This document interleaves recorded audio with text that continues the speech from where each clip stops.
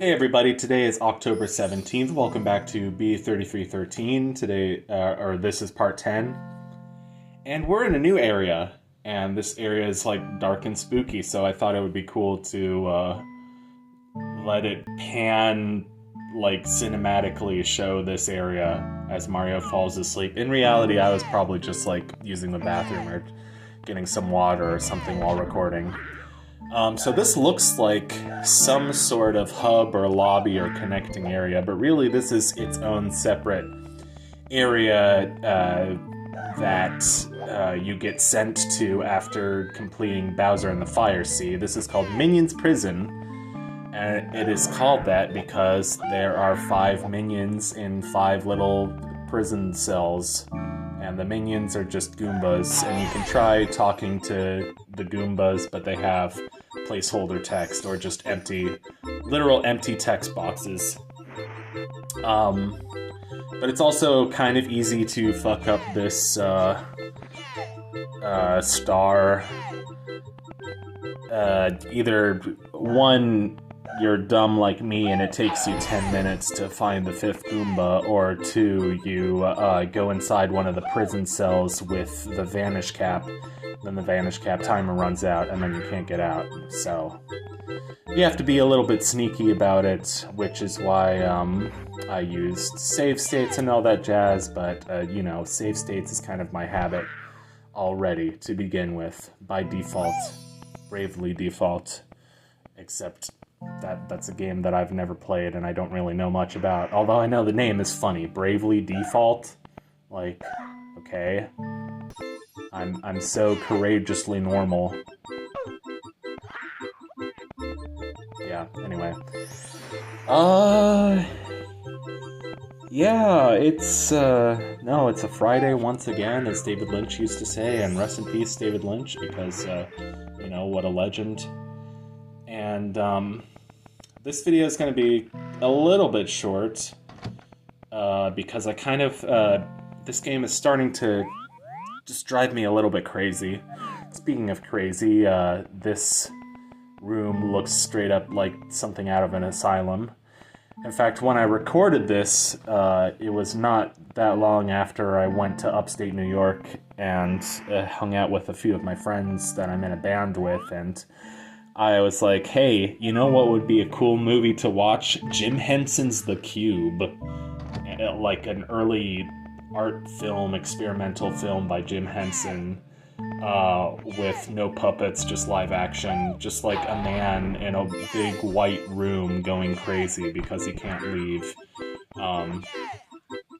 So yeah, they're very good friends though, and that's why I'm able to do that kind of crazy stuff with them, because they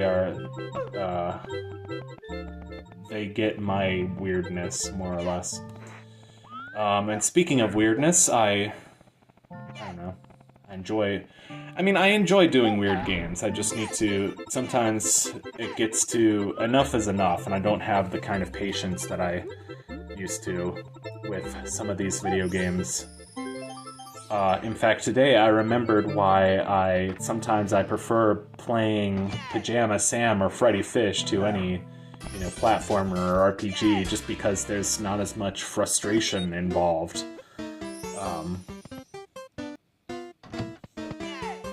I don't know how better to explain it than that. So here we are in Plexel Basement, looking around for more stuff to do, and is there more stuff to do in Plexel Basement?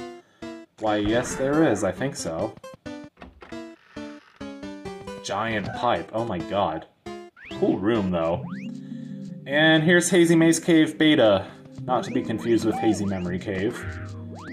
This is, I don't know, I kind of preferred Hazy Memory Cave, but whatever. Left, Deadly Maze, Subterranean Hills. Right, Underground something. Bottom, hopefully nothing but the bugs.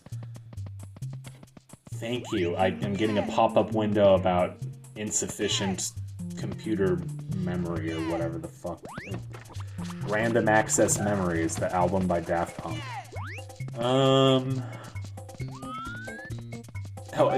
The pop-up just closed and then came back on its own. Good times. I did beat Super Mario 64 Through the Ages, a hack by K's and Manuar. And I am currently trying to beat a Castle in the Clouds DX, which I probably shouldn't say too much about what that is. You can, find it on Steam if your parental controls are off. That's all I'm gonna say about that. But I enjoy it. It's Castlevania games are one of those games that, like, I didn't grow up playing, but now I wish I did because they look so cool. They really appeal to me, the sense of exploration and just weirdness. Especially, like, post Symphony of the Night, Aria of Sorrow, those kinds of games. And Castle in the Clouds is got some pretty nice level design. It's very easy, though. It's got a lot of pretty much game-breaking items that make the game not a challenge at all. So it makes it a nice, breezy playthrough, but it's still got, pretty cool level design and great music. Kind of 8-bit, although not, like, completely 8-bit, but, like, 8-bit inspired soundtrack. Yeah, the soundtrack is full of bangers, anyway. And speaking of bangers, astute viewers will recognize this song as the song that everybody knows from Super Mario RPG, which is a game that I've never played, but I'm currently watching a Let's Play of it. I'm watching Jonochrome do a playthrough of Super Mario RPG, and it's his first Let's Play in years, so I'm kind of excited to see him come back to YouTube after taking a, sort of a mental rest. The less said about that, the better, but I like this level. This is from Epilogue from Super Mario 64 Classified. It's a pretty cool, pretty trippy analog horror series if any of you guys want to check it out. It can get pretty intense, but not that intense. Like, I wouldn't say it's like Mandela Catalog level scary, and I used to think Mandela Catalog was scary. Now I don't think it's even the scariest analog horror out there. Like,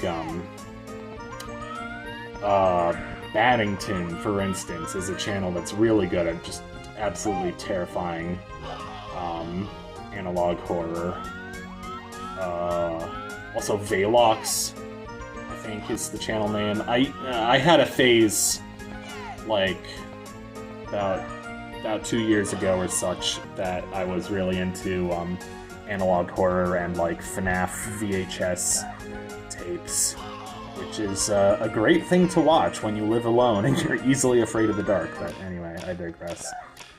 I haven't even played FNAF in a while. Well, that's not true. I played Taiken Sons, which is technically a FNAF fan game.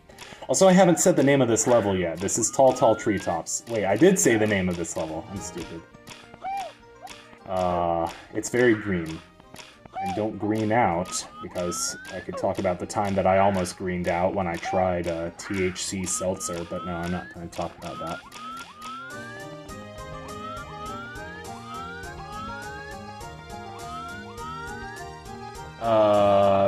Been doing a playthrough of Space Station Silicon Valley in the hopes that I'm going to Let's Play it soon.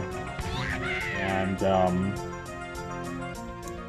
yeah, I 100%ed that game in high school, or, as people might know, it's glitched so that you can't 100% it on an actual physical console cartridge copy of that game. But I was crazy enough to, in my 9th grade year, I 100%ed that game, and I can't believe that I had that patience back then, because that is a frustrating game. That's not, Anyway. I'm looking forward to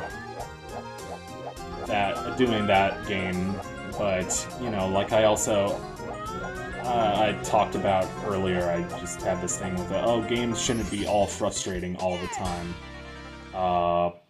Anyway, see you guys next time, next video on Beep 33. Bye.